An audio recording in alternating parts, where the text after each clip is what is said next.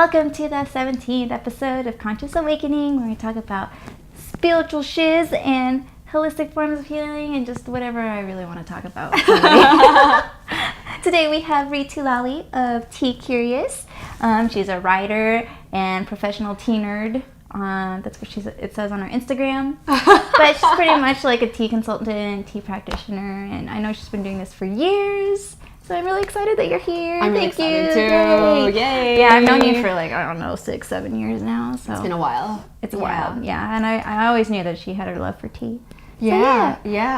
I think this was destined to be, because I still remember that night when we rolled a green tea joint. Do you remember that? Oh yeah. Yeah, we made a joint out of tea leaves. Only tea leaves. Only tea leaves. It was only tea leaves. But that was a fun experiment. It was really delicious. Yeah, it was really good. Yeah. That was like years ago. Ages ago. Holy crap. But it's interesting to see how the journey keeps going. So wait, how did your journey of tea start? Yeah, so people are like, okay, Rie, you must be from some tea family, or you're Asian, that's why you like tea. I'm like, no man, we Filipino. Like, Filipinos don't like tea that much. The kind of tea that we drink is like powdered Lipton, even worse than tea bags. Yeah, my mom. So my mom drinks that. Yeah, I have no like family background in tea. I didn't grow up with tea, but I share that because it's not about where you came from. Tea is just universal. Like everyone can learn about tea, no matter what your roots are.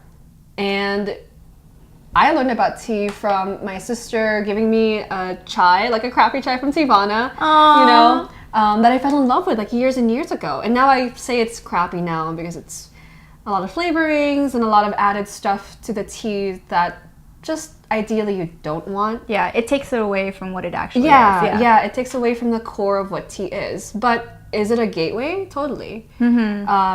I trade notes with my yoga friends and they're like, oh yeah, I have like mixed feelings about people who do yoga, like, really like yoga that's stripped away from the core of yoga practice. Yeah. But without those, can you really start your journey? Yeah. It's like that start of your awareness. Yeah. Like if you brought this to me 7, 8, 9, 10 years ago, I'd be like, what the hell is this? What am I going to do with this? It's like a museum piece. Oh yeah, if you're not watching, she's pointing at her. I don't even know what you call this. It's a tea tray. It's a tea tray. Yeah. Yeah. Oh yeah, by the way, we are in her lovely tea room. So if you're not watching, y'all are missing out, because we're going to do live tea demonstrations right now. Yeah. So it's not... you can also just listen to the sound of the tea. That's okay too. Yeah, the ASMR of tea. I wanted to share this because it is a form of practice, a form of meditation, and it can be anything you want it to be. It doesn't have to be formal. It doesn't have to be intense. It could be like a 5 minutes before going to work, like, I need my tea. Just take care of myself. Or it could be a 5-hour meditation while drinking tea, and you see how that tea you're sitting with changes the way that you feel and the things that come to mind. Which is why before we started filming, I asked you, hey Rara, how are you doing? Like, how are you feeling? Yeah. Because the wrong tea can actually change someone's energy, mood, and performance, really. Which is stuff I had no idea about when I started tea. Yeah, when you first started, yeah. If you get a tea bag from the grocery store or a super like flavored sugary like chai, it tastes good, but I fell in love with traditional tea because it's like the natural essence of the time and place where that plant was. No sugar, no nothing. It's just the person who plucked it, the person who grew it, and the person who made it. And that energy goes all the way to you, and then it changes the way you feel. Yay! And then it's really friggin' delicious. And then it's also amazing, taste-wise. Because I mean, you and I both like love food, and tea is like, dude, I get to explore flavor all day with no calories. Like thousands of teas, thousands of flavor profiles, but it's clean and good for you. You can't really do that with wine or coffee. I wish you could, yeah. But I would stop after a glass. I can't lightweight. I'm lightweight too. That's another thing to talk about. But yeah, that's how I started, was the curiosity from, what is this chai? And is that how you birthed Teacurious, the name Teacurious? Yeah, I've been doing tea for about 10 years now. Not all of it has been. Why did it stop? Yeah, so I mean, my tea journey has been like 10, 11 years now. And Teacurious wasn't there from the very beginning. I've been working on Teacurious for about 2 years now. And that was after I spent 3 or 4 years in the wholesale industry at Tealet, which you came to the tea house and you saw the community that we created there. And that brought me to, going to Asia and learning where this plant is from, how it grows, and just how much the culture and spirit of the people in the place affected. And then when you drink it, of course, from the very beginning, you're not going to be like, oh, like my Lipton tea bag makes me feel like energy. You're not going to sense it. It took me 7 years until I was like, wait, like what's going on? Like, why do I feel different from this tea? Like, did you put something in my water, dude? Like, oh my gosh, water. That's something I'm totally going to ask you about later too. So it's, I named Teacurious because no matter what it is, no matter what practice you have, tea or any other kind of consciousness practice, I think the best way to keep going is to be curious all the time. Especially with tea, I feel like it teaches me that you are never done learning. And the moment that you stop learning or you think that you know enough, the tea kind of like reminds you, hey. It like slaps you. It's like, nope. Yes, it does. It rewards open-mindedness. And you never stop learning. It's crazy. So when people are like, oh, Rie, you're my tea master, I'm like, no, please don't call me tea master. You're like, I'm not a master. the path is so long. It doesn't even take, it'll take like multiple lifetimes to know everything. But even then, can you even know everything? Yeah, right. Like, there is no end to learning, I feel like. There is no end. Yeah. So yeah, that's tea to me. Yay. Okay, so we talked about water. So usually when people drink tea, they just maybe they like boil some water, put it in, or like they just take some hot water from their water dispenser. But from you, I learned that the temperature makes a really big difference. Yes. And the type of water makes a big difference, right? So for those of you who are listening or watching, if you're curious, like, okay, tea, really? Is it not just a tea bag that I put in my mug? It totally can be. I still do that, especially if I'm in a hurry. But if you want to get the most out of your tea, you really do want to pay attention to water, because tea is like 99% water. It's the core of tea. And we live in Las Vegas, and our water sucks. Like, a lot. So if you're using tap water, you will actually mute the flavor of the tea. And the tea can't express itself. In China, they say that the best water to use for a tea is the water from the place where it comes from. It's a match with like where it came from, what it wants to become. Of course, we can't do that.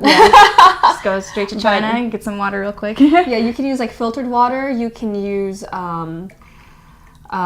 spring water collected from a nearby spring. Vegas doesn't have nearby springs that I know of. So I actually formulate my own water with simple household items like Himalayan sea salt and bamboo charcoal, because the inside of your bitter filter is actually bamboo charcoal. Oh, really? Activated bamboo charcoal. Oh, maybe I should use more of my bitter water. Yeah. But you can actually do it by yourself inside your kettle or in your storage for cool. water. Oh. But yeah, with the wrong water, you can't start really getting into the tea, especially for us folks here in Vegas. The flavor just goes away. Oh man, I use my tap water and then I just boil it.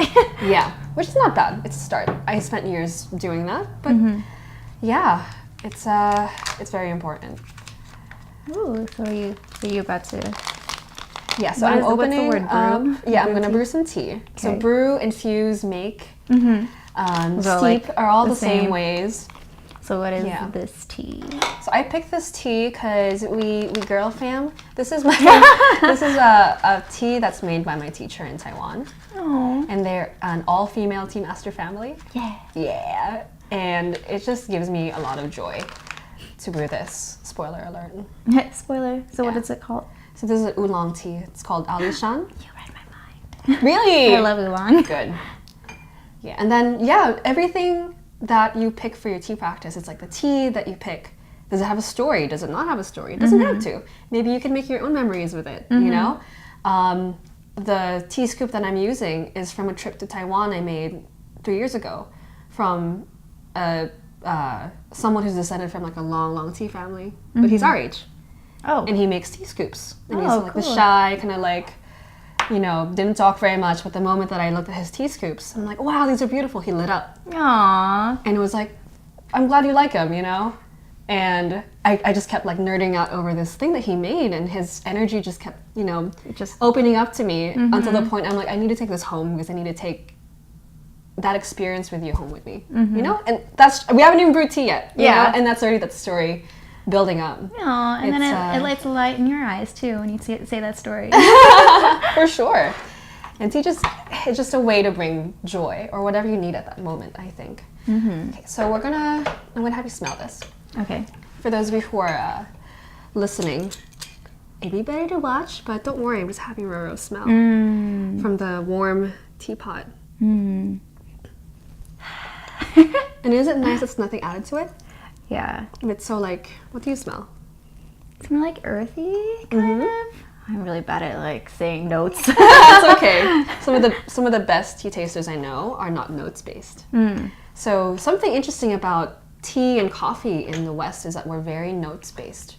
Like we're like, oh, it tastes like pine nuts and blackberry and the unripe skin of a pear that's been harvested in the spring of 2018. You know, like it's how really, are you gonna know that? Like it's really right. Like you've seen those wine lists where they get really into it, and I'm like, dude, I'm a professional taster, and I don't even know what you're talking about. Yeah, I just like to taste tea. Yeah. So, and I used to be like that because I thought, oh, you gotta be like really cerebral and like fancy when you taste tea. And then I like went to Asia, and then when I started talking to these people, like the real tea masters, I'm like, yeah, I taste like fresh cream and orchids and freshly. They're like, What are you talking about?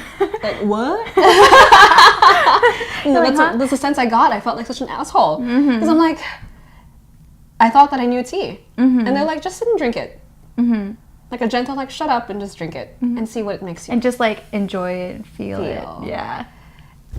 And in China, Taiwan, the people who practice tea, I learned this from them. The flavor is important, but what use is the flavor if the tea makes you feel like shit or doesn't open your heart? And I learned after a while that there were some teas that I poured for myself that would make me be really pissy, like really pissy. As in, like I would get into an argument with someone that I usually never get an argument with, and I was like, wait, that's not me. What happened?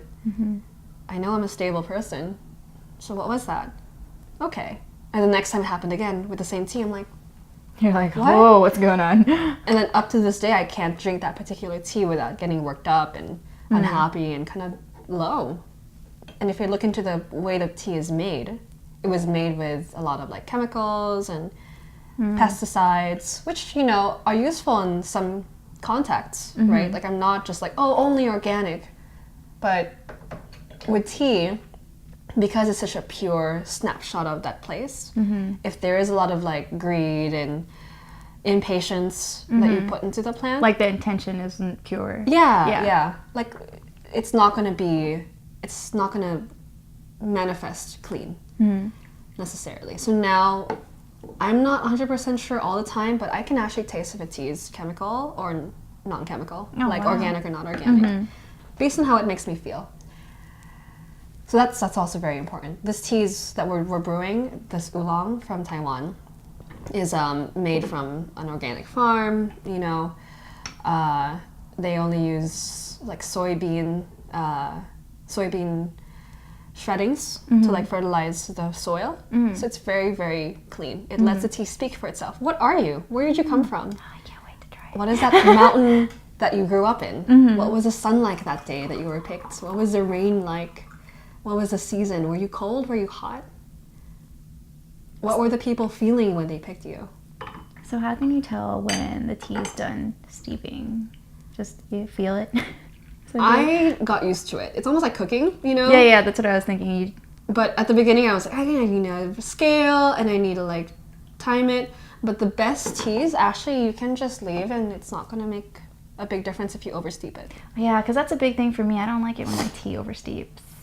Yeah, see if it's oversteeped for you. Oh, okay. Thank you. You're welcome. Should we cheers? Yeah. To the first tea. Cheers. Hey, cheers. Oolong. I hope we're friends for a long time. I remember that she would always say puns. That's so good. So we're in the first steep of this tea. And every steep, there's a change, right? Yes, so good tea will open up over time. So that's the cool thing about tea, is that even if you're not interested in the consciousness part of it, which some people just are not, it's not their interest right now, you can go so much into like flavor and texture and culture and, you know, anything you want. It's when I put this tea table out, people just come with an interest, and I gotta suss out like, what do you want to talk about? I brought this table to one of your parties once. Remember that? Yeah, no, oh my god. Yeah. And like at first I was like, when I first started doing that, I'm like, this is really awkward, like, and really nerdy. But then I realized when you put this in front of someone, it's like an invitation to be like... Yeah, my friends all like crowded around her. I'm like, oh my god, what is that? What is that? And not everyone was really into it necessarily, but it's okay. And everyone had like a different interest. Like I met your friend who was into like ethical clothing and fashion. Oh, Nan. Nan? Was it Nan? No, Sweet Scent of Jasmine. What's Oh, Jasmine. Well, Jasmine. Jasmine, Yeah, that's right. Yeah, and I was talking about how tea from a place that is, you know, clean and good intentions is good. It feels better. And she's like, yeah, same thing. Like I feel really passionate about makeup and fashion that's clean too. Like I can't wear things that are not helpful for other people and the environment. And I would have never known that if I didn't start talking about the tea. So that connection came out. Yay. And then I met your friend Brian. Yeah. And Brian's more like about flavor. He's a big foodie, right? So I was like, yeah, this tea, you know, tends to be friendly, and Taiwanese teas have a more buttery and savory taste. And he locked into that. Oh, that's interesting. So there's everything that you can put out for someone who sits down. And it's the ultimate way to hold space. Yeah, their experience is their own. Yeah. But essentially it's all the same experience essentially, but yeah, everyone has their own takeaways from it. Exactly. Everyone is there at the same tea table, but everyone's experience is different. It's just like life. Yeah. It's pretty much life. Yeah, it always drives me crazy that, like, in a good way, that everything about life I can somehow find in a tea table. Oh yeah. Like art, culture, music. People are passionate about music. They're like, oh, like, can you match music to tea? Like, totally. You know, there are studies that they've done in wine that the kind of music you play will change the way you taste wine. Oh, like if you play moody music, you'll think the wine is darker. Oh And if yeah. you play light music, the wine you taste is going to be more peppy, like a white wine. It's crazy. Anything you want. Ethics, organic versus non-organic cultivation, whatever passion someone has, they can find it at a tea table, which is really friggin' cool. Man, this is so good. Yes.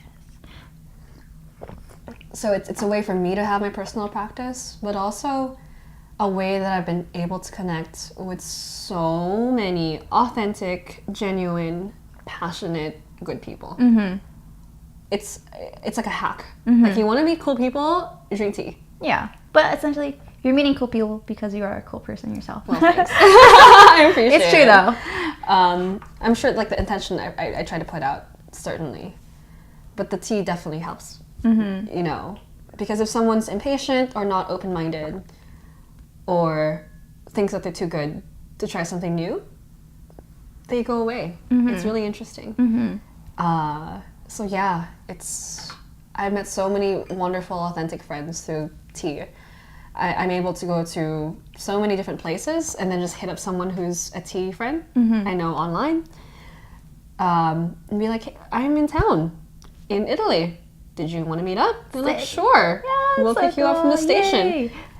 And then we have the most amazing time over teas we've had before, even if we live on the other side of the world. And they're like best friends to me. Tea is universal. Tea is universal. And it has like magnetic energy to bring people together. Oh yeah, I definitely believe that. And I feel like that's the same way with coffee too, but I feel like I haven't really met someone who, well, maybe I have, I just don't know it about them, to like talk more about the conscious side of coffee. I feel like Jared does from Vesta. Have you ever gone to Vesta? I have, yeah. Yeah. But I'm not sure who Jared is. He's the owner, sorry. Oh, Just okay. Spitting out names.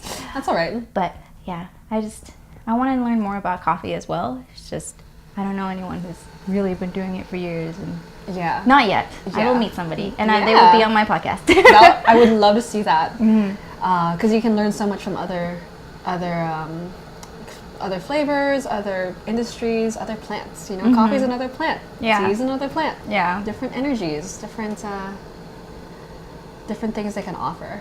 I feel like out of like coffee, wine, and tea is the most kind of chill. Wine is a little bit more like sexy and romantic. Coffee is a little bit more like a cerebral, just a tiny bit. And then tea is a little bit more like goes down to the heart a little bit more. So I actually do drink coffee for different reasons. And same thing with tea. If the coffee is not good, I feel horrible.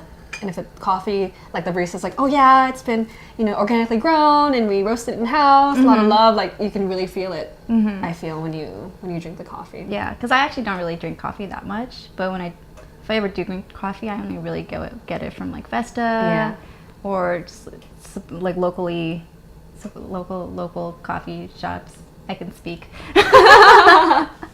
Yeah, because I could tell that they could just put more love into it. So yeah, totally. I just appreciate all the time and the work that they do to like go out. So like for you, like Jared went to Colombia, I believe, or Ecuador. I don't remember if I'm butchering that. Sorry, but yeah, he basically did the same like you did. Like he met the farmers and. Oh, that's amazing. Yeah, so I'm like, yay! I'm so glad you're here in Vegas. Yeah, that's amazing. Yay. Okay, so I have no idea. So I forgot my next topic. So yeah, I couldn't really taste a difference between the different steeps, but I just know that it tastes really good compared to all the other oolongs that I've ever had in my life. That's okay, because if you think about the intention, like, you know, be kind to yourself. Are we looking into the tea? Do we have a notebook in front of us? Are we like sniffing it and like evaluating it? We're just having a conversation. So it's going to be difficult to pick out the different flavors. So right now the tea is just acting as a medium. Later on, if you want to, like, you can practice and like, oh, okay, what does it taste like on the second steep? It serves any purpose that you want in your practice. So sometimes I'll have like mornings where I'm in here for like 6 hours writing notes, doing experiments, and this place is a friggin' mess. Because like tea everywhere. Oh, speaking like, water oh everywhere. my gosh, wait, speaking of experiments, so when it snowed in Vegas, I saw in your story that you collected snow. I did. So you could test the water out in the tea. So how was that? It was worse than I thought. Really? Yeah. Oh, it was really sad. Like I knew that, okay, snow isn't always super clean, especially in the city, but I live next to the mountain. Like I'm not like right in the heart of Las Vegas. I figured it was going to be okay, and it rained a lot the last few weeks, so I thought maybe I'll just try it out. And I thought maybe it might taste a little bit funky, but not so bad. And then I tried it, and it tasted like distilled car. Oh, ew. And like smoke and like chemicals. I'm not just exaggerating, it tasted really bad. Oh, that's so sad. And though. I'm usually the kind of person where like if you put anything like funky in front of me, I'll do it. No problem. Yeah. But it was so dirty. Even here, like, which looks like a pretty nice and clean area right outside my window, right by the mountains. What more in like a city like LA, right? Where there is no like, not as much, it's just so smoggy. And I shared that with I always share with my tea community because they help me learn, and trading notes is the best way to learn about any practice, especially tea. And I'm not sure it's because I love tea, but the tea teaches me lessons. And by doing that, what started as a fun experiment, like, I'm gonna collect some snow and brew it, became like kind of like this sad, like, wow. Like this is like, what the world is coming. Yeah, like even the air outside my window, which I take for granted, is dirty. And like, it wasn't like that like 200 years ago when the native like Paiute Indians were here, living here in like Las Vegas and Red Rock Canyon. Like, they kept it clean. They loved it. Like, they owned it before we ever did. Like, what right did we have to pollute the environment like that, you know? And I just felt like the tea was teaching me a lesson. Like, if you were doing tea 200 years ago, the people could collect the rain and make it for tea. But humans including me, are so disconnected from how we take care of our planet You can't even collect the snow from outside your house and drink it anymore. You know, that's so sad. So it became like a little lesson. Oh. Yeah. I think it was a big lesson, not a little lesson. Yeah, a big lesson for sure. Oh, man. But that's crazy. Because there's just a lot of stuff out there. Like, when I look in the sky and I see chemtrails, I'm like, that's probably a factor that's going into why the snow is how it is. Totally. And just, I don't know. Yeah. But I feel like people around our age, and other people too, are like making conscious efforts to be more aware of what we're doing, to Mother Earth. But there is still a lot out there that aren't as aware, and that's okay, because you know, they're on their own journey. Yeah. We're here to help spread that message as much as we can. For sure. Yeah. For sure. And I relate to that a lot because, I mean, again, just culturally, Filipinos, I don't think we really care like much about like environmental causes. Just the way we grew up. Like, I wasn't really taught much about it. Even just being a kid in the 90s, I think. That was before everyone was like, okay, like global warming and recycle. Like, I just think of how much plastic and like crap I've consumed over the years before I even knew. I still do, but at least now I'm more conscious about it. And I can reduce it. And so yeah, I was never really aware of it. It was through tea that I was like, wait, like, and the environment is not this far away concept. It's right here. And we're putting it in our body. We're putting it in our body. Yep. Yeah. And it you can't escape it. You really can't. And like you said, everyone has their own journey. I found, again, my environmental consciousness through tea. I know it's going to sound cheesy because every single thing is tea related, but that's my life. No, it's like but everything has started to become like revolving around my practice. But going back to like an episode that I had that my friend said we have lessons from nature. Tea is nature, and you're learning all your lessons in life from tea. So For sure. there's that circle that just keeps on going, and you keep on growing. Yes, that's right. This cup of ours, the leaves here, just imagine how far away they came from. An island across the sea, right? Did they take care of that land? Did they not? And then, lucky us, we live in this day and age, we can bring it here to Las Vegas in the desert, put it in a cup, and then drink it. You drink that place. Yeah, essentially. And you drink that love from the person who grew it. For sure. Yeah. Yeah. How does this tea make you feel? I don't know, I feel peppy now. I feel happy. Yeah? Yeah. It's pretty much how I feel. Maybe it's also because I'm having an awesome conversation with you. So. For sure. Me too. I feel pretty peppy. Like, I feel more awake than earlier. Oh yeah, I definitely feel like my vibration has raised a little bit. Yeah. So. This is a pretty peppy tea. So I picked this tea because, you know the story, it's from my teacher, and she makes the tea from a partner she's been working with for so many years, and I really admire them. They taught me so much about just gratitude, and like she poured this for me when I first met her. A tea like this, but even like a expensive high grade, just objectively speaking, very, you know, expensive tea. And I met her at a tea expo, and she saw me brew tea, and she's like, I think that you would like this. Would you like to try it? It's this tea called Dayuling. It's like highest elevation tea farms in Taiwan. Very unusual to get it. And I told her I'd never had it because I'm always afraid it's fake. She's like, don't worry, this is real. You want to try it? And I was like, sure. Here's the guy one, the teapot we're using. You want to brew it? She's like, no, you brew it. No. And this complete stranger that she just met that night, how did she trust me to appreciate what was the gift she was giving me, you know? Because I look back now, I'm like, oh, holy crap. It's almost like think of like the most expensive thing you own. What's the most expensive thing you own? My RV. Your RV. So Celine, right? Yeah, Celine. Imagine you walked out of my house into Grand Canyon, and you're like, hey dude, do you like RVs? And the guy's like, I like RVs. You're like, here's the keys. Bring her back. Yeah. You know? Yeah, it's that trust. It's that trust, but also like open-heartedness. And when I drank that tea, I was like, wow.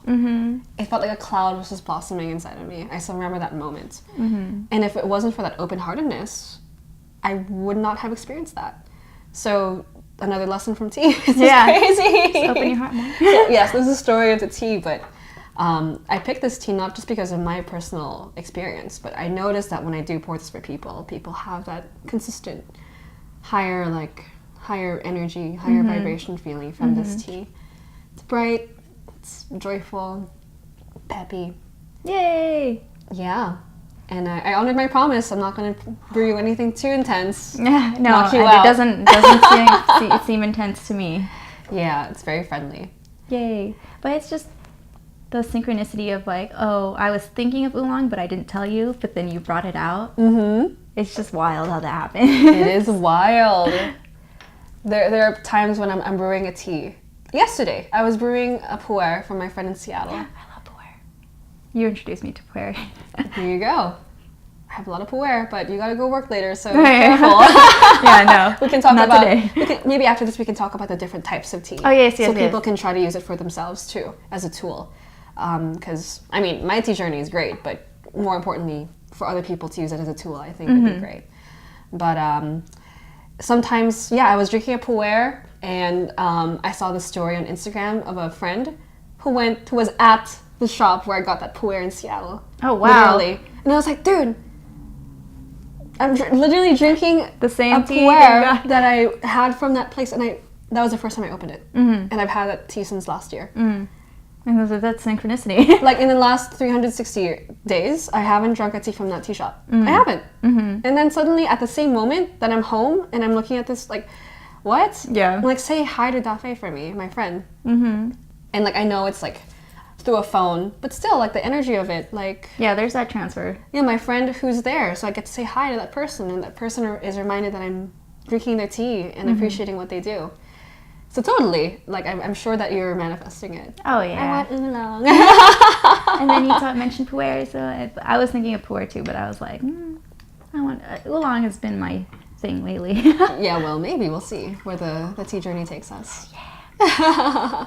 So what are the different types of tea? Yeah, so I wanted to share this. I was thinking, like, what can I bring of value to folks who are listening? It's probably the ability to use tea as a tool for yourself, just as powerful as like food. Like think about when you eat Korean barbecue. Like I love Korean barbecue, but I don't like how it makes me feel after. It's like, okay, but, yeah, but it's a tool for me to be with my friends and hang out, you know, and it's communal and it's worth it for me to feel bad after. Just at this point in my journey, right? Yeah. Tea is the same way, in that you can use it as a tool to make a certain feeling, a certain space for you or others. So oolong tea is just one of 5 main categories of tea that are very common. There's white, green, oolong, black, and pu'er or dark tea.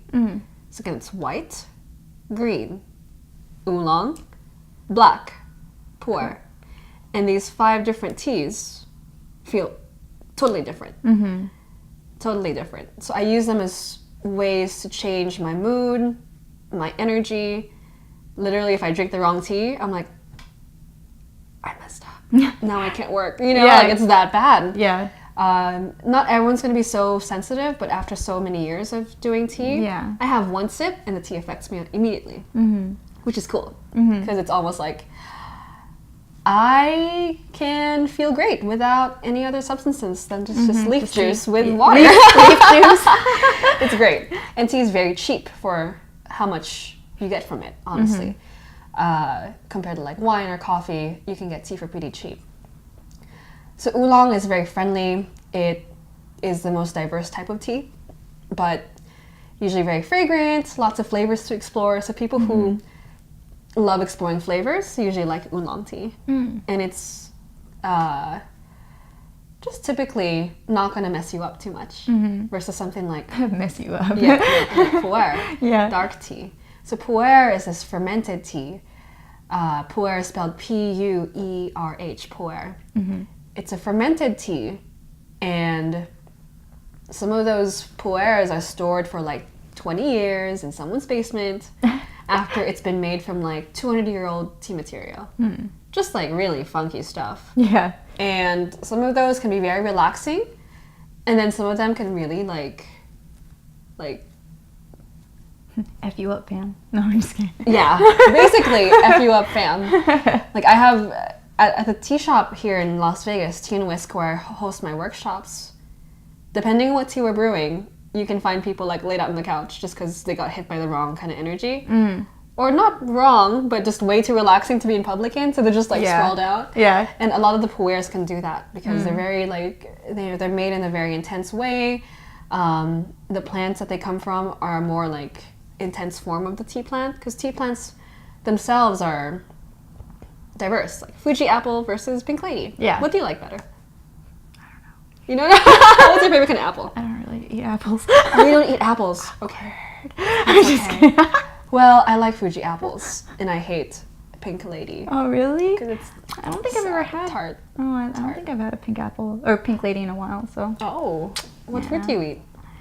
watermelon. Watermelon. There you go. You know how like No, I love fruit. I just specifically don't really eat apples. Okay. Yeah. So like, what about just melons in general? Yeah. Yeah.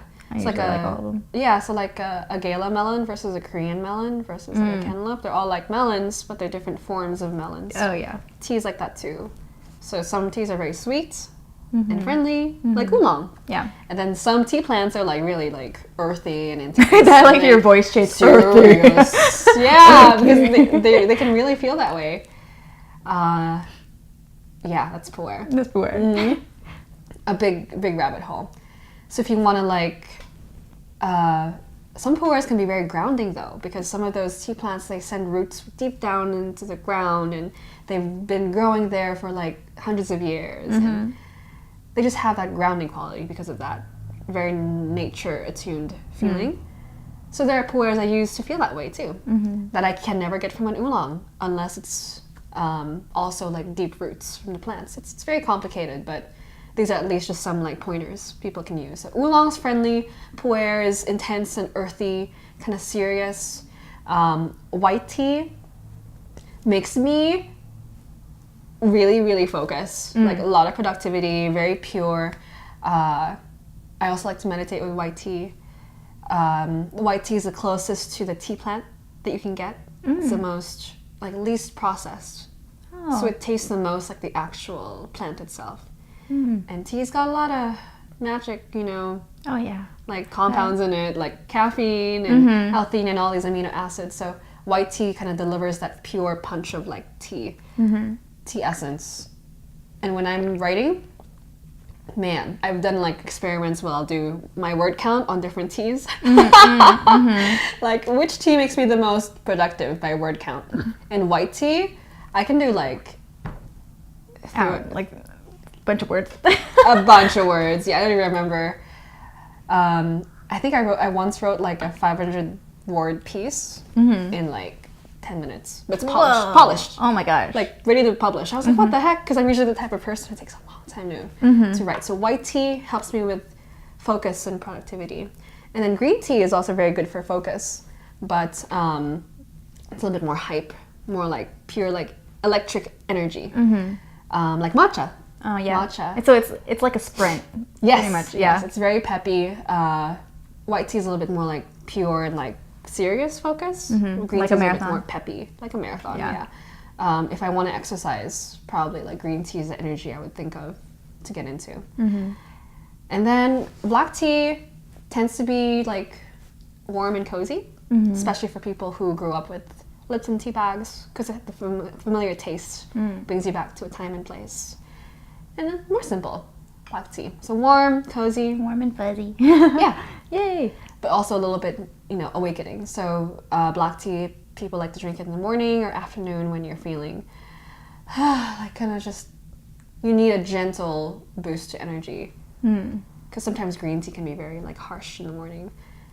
So if you drink green tea in the morning, by the way, don't drink it on an empty stomach. It's a popular myth that, oh, drink green tea before breakfast, so, you know, it'll kick up your metabolism. In China, they don't drink green tea in the morning because it's too raw for the stomach. And it kind of shocks, like, the stomach because it's very intense. So stuff like that. Little things to do with medicine and the tea. So yeah, that was another thing too that you wanted to kind of talk about. Like tea is a form of plant medicine, right? Yeah. So different plants have different vibes. Yeah, essentially. You've talked a lot about different plant medicines and different vibes in your other podcasts. The energy of tea, I feel, is like this, just as a whole, like all tea that's well made. It's like this old, gentle grandpa who's been there all this time. And I didn't know. So when I first like realized that tea had like its own like energy, like within the plant itself and not just how it made me feel, I was like, oh my God, explains everything. Like why my tea journey is the way it is, and a lot of other people's. It is patient, it is kind, but if you think you know too much, or if you're being a little asshole, Grandpa's gonna be like, hey, I love you and all, but stop. Because I've been punished every single time my ego gets a little bit too big for me, even just a little bit. And like I find like being able to like not letting your ego get ahead of yourself is very important to me. But I'm human, so sometimes it happens. Yeah. So when I think like, yeah, I got this, like I don't gotta prepare for this workshop, it'll be fine. It goes horrible. Oh yeah. And I can't even blame anyone. It's just like I just thought I was too good to prepare. And it just reminds me like you gotta be more patient. More patient and conscious of the people who are giving your energy and conscious that you don't know everything. You know. That's the energy of tea. So it's this gentle plant medicine. You can't, it's like, okay, there are these big plant medicines like peyote or ayahuasca or even like DMT, salvia. I'm scared of stories of salvia are really scary sounding. I've never heard of it, actually. Oh my God, yeah, they say that the plant energy in salvia is like this, like the universe. It's like a being in the universe. And if you try to, like, let's just get fucked up in salvia, she gets really mad. And she'll put you in like a really crazy place. That goes for all plant medicines. If you're just using it, if your intention is to, get fucked up. Yeah. Which I usually just rely on tea because it gives me everything I need, you know? But like salvia, they say is the worst because it can make you feel like, when you take it, it's been like 10 years that you're in the trip when it's only been 10 minutes. Oh, wow. And it like shows you like really scary like forms of like time and space. I'm like, it's really scary. Oh, wow. But these forms of plant medicine can be very profound and big, but you can't sit them on a tea table and ask a stranger, hey dude, you want to do some salvia? You want to do some ayahuasca right now? Yeah. It's not as accessible. So this is like a daily plant medicine that people can use as a way to still connect with something natural and possibly medicinal that's not necessarily like that intense. And something you'll learn lessons from. Every single day. Like I like to ask some of your friends from other podcasts, could you do ayahuasca every day? Every day? I don't think so. I mean, can you do mushrooms every single day? Every day? So I've just been doing plant medicine every day. All of a sudden, for so many years. Yay. Well, that's awesome. Like, because I've never really seen tea as a plant medicine until you brought it up one day in conversation. I don't know if it was in conversation or if somebody just told me that you told them, but that's besides the way. You found out. You still found out. I still found out, and now I'm aware. But I did want to ask about the topic of getting tea drunk, because you mentioned that to me before. So this is an actual thing. People are like, tea drunk. You serious? Yeah. Like SRS? Question mark? I'm glad I can talk to you like this, because it's like, 90s kids speak. I mean, we've always talked like this. That's true. Yeah. But it's like, it's like, it's the one little thing me and Rosemary can do. But yeah, you serious? Tea drunk? And I'm like, dude, I'm serious. And it's funny because people are like, oh yeah, tea's for grandmas and doilies and like fancy cups. Tea drunk? Like, you sure you just don't want to go to the bar and have like a drink? I'm like, dude. You're like, this is way better. This is way better, and you'll feel like you took something.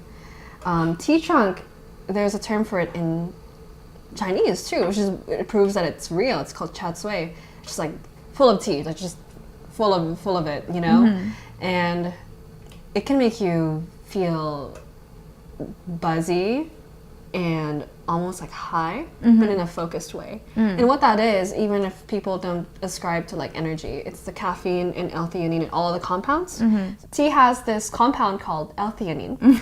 And you can it already recorded that part, so you can just continue. Okay.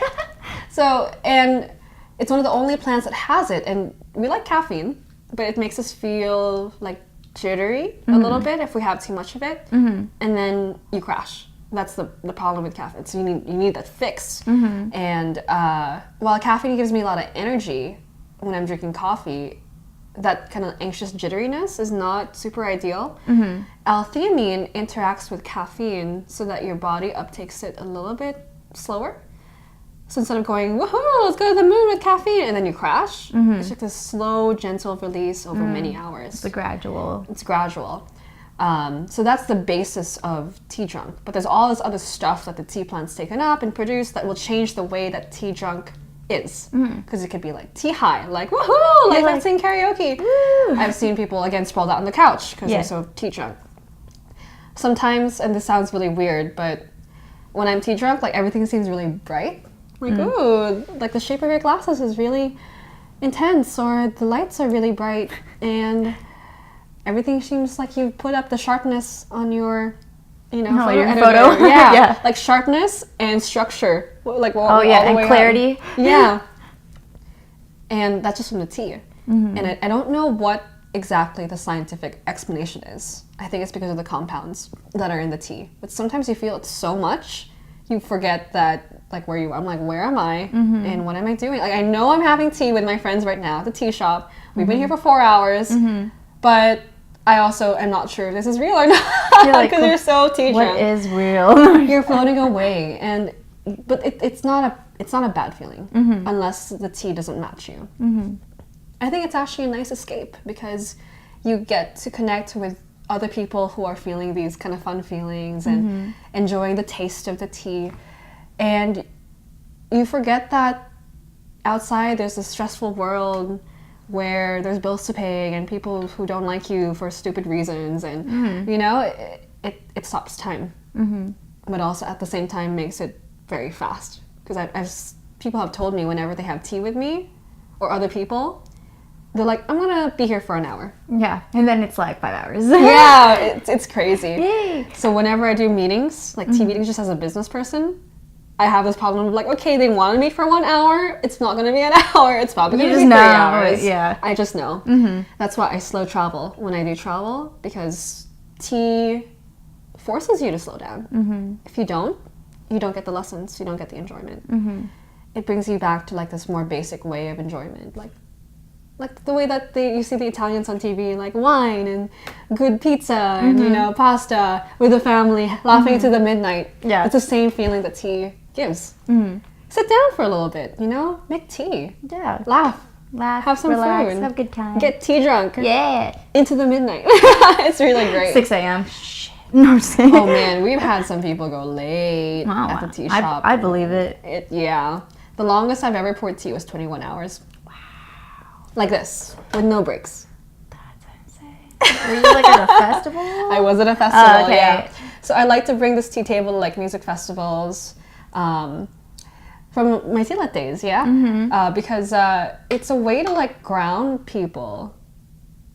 Because people get really hype at festivals sometimes. Sometimes they get out of themselves, or they go there expecting an experience and then they don't get what they want, and then they feel like, oh, I'm anxious now because this is not what I expected. What do I do? So bring something completely weird, like a tea table. Yeah, something you don't expect. Something you don't expect almost gives them a way to like, wow, it's a different experience. And it's art as well, a form of art. So yeah, people just come, sit down, complete strangers. Again, this is like almost like an opening of, come in and have tea with me. Speak to me, I will listen. Or listen, I will speak. Whatever you want. Your choice. And it's just a steady stream of people comes, and sometimes I can't leave because people are just so excited to sit down, and it turned into 21 hours without a break. What the heck? Without a break. Did you not eat? I was not eating. Yeah, I was not eating. Oh boy. Okay, all you have is pretty tea. intense. I didn't need it because there's so much energy coming into the space. People's stories, people's life stories, not even just like what was happening outside. Like, yeah, you know, I just ran into this one band that I really love. I can't believe it. Like, it's just a visceral, I don't even know you, dude. You sat down here like 5 minutes ago looking like, what the hell is this? And then now you're telling me about your life story. stories and loves and fears. Like, I've heard so many incredible stories over the tea table. So yeah, it's a way of holding space. Yay. And then they get tea drunk. And then they get tea drunk. Yeah, so tea, stops time outside and then makes time go really fast and slow at the same time on the inside. Which is enjoyment, you know? Like the Harvard Happiness Study. Have you heard of that? Mm-mm. They, so Harvard, one of Harvard's like longest running studies, they tracked people for like decades, asking them at different points of their life, like, how's your money? How's your career? How's your relationship? How's your living condition? What are you doing right now? How are your relationships? And then they answered. And then they asked them to talk about how happy they were, to see what happiness is over a lifetime. And what they found so far, just distilled down to a general statement, is that it's relationships, like friends, at the end that make you happy, which I knew, but just seeing the science behind it, I'm like, wow, that's so true. Because, you know, yeah, it might be nice to have like a cushy job and not worry about all this tea stuff and, you know, not have to go to Taiwan for a month. You know, it's a lot of, it's jarring, and I'm an introvert, and my job requires me to like be very open and forward, and people don't believe that I'm an introvert. I'm like, yeah, trust me, after this, I'm gonna sleep on my couch and like not talk to anyone. For like 10 hours straight. But for 10 hours straight, but it's so worth it for the relationships that you build. Oh yeah. Like, I can't buy that. I can't build a house big enough to house it.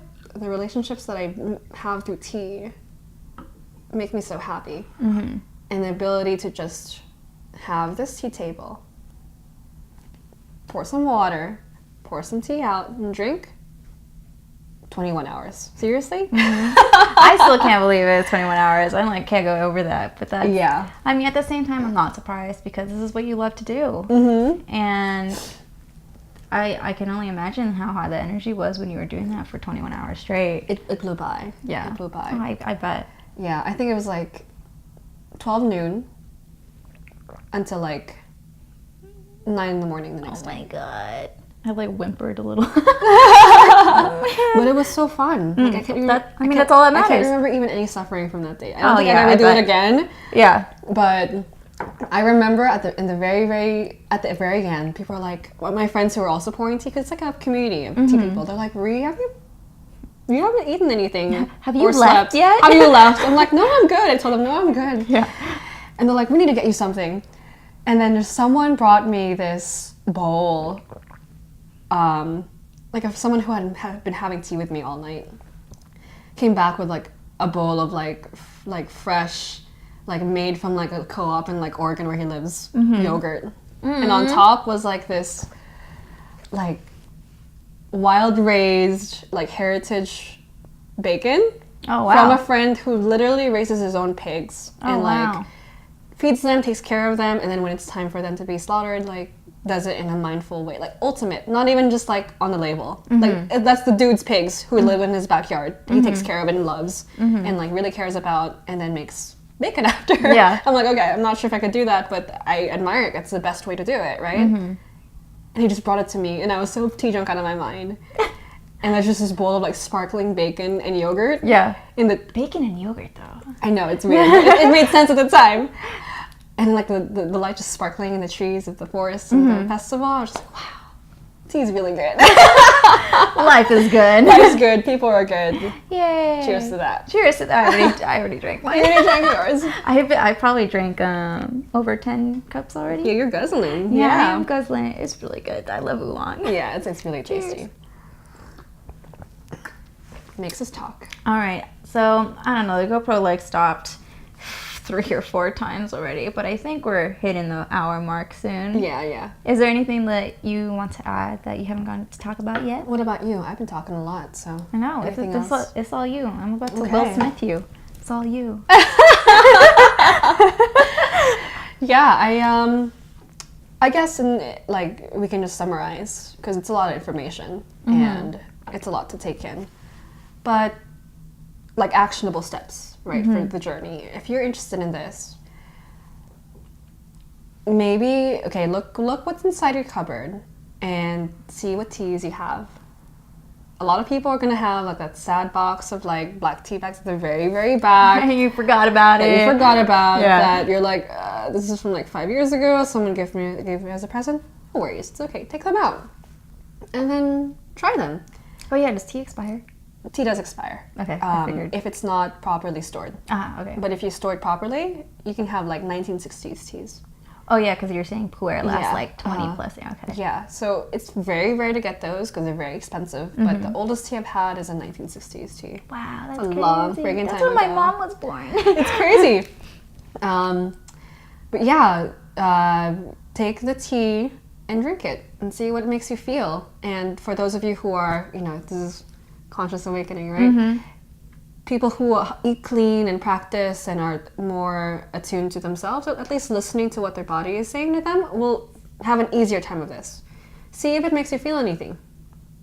If there's nothing, then I'm like, so many people are so conscious about what they eat and other things that they drink. What about the tea? I see a lot of people who are even more like conscious of what they consume and how they live their lives than I am, and then they drink crappy teabag tea. I don't think it's a bad thing. I'm just like, dude, one more step. Yeah, make here's your another tea wonderful. step. Yeah, make tea wonderful. Because a lot of the time, the tea bags are so far away from what the tea could have been that the energy and the good feelings are not quite as potent, or they're lost completely. You know? Do you think we would feel the same? We'd feel the same way if we were brewing Lipton? I don't think so. And if you want to upgrade your tea, like find like a local tea shop that sells like loose leaf and traditional tea. Again, look for these white, green, oolong, black, and pu'er, and see if they can let you taste them. And see if you like them from a flavor perspective and from just a feeling perspective. And then see if you enjoy the time with like the person who's serving your tea. And if you like it some more, you can make your own tea practice if you like, collect different teapots so that you can serve tea to your friends and hold space for them. It's just a nice way to break the ice, because if you're like, hey friends, come over, we already ate already, sorry. Or like, oh, I don't drink wine, so I can't come over. Or I don't smoke, so I can't come over, which is a problem I have a lot. Yeah. Right? Like, no, we can make tea. Yeah. And it becomes an excuse to like hold space for them.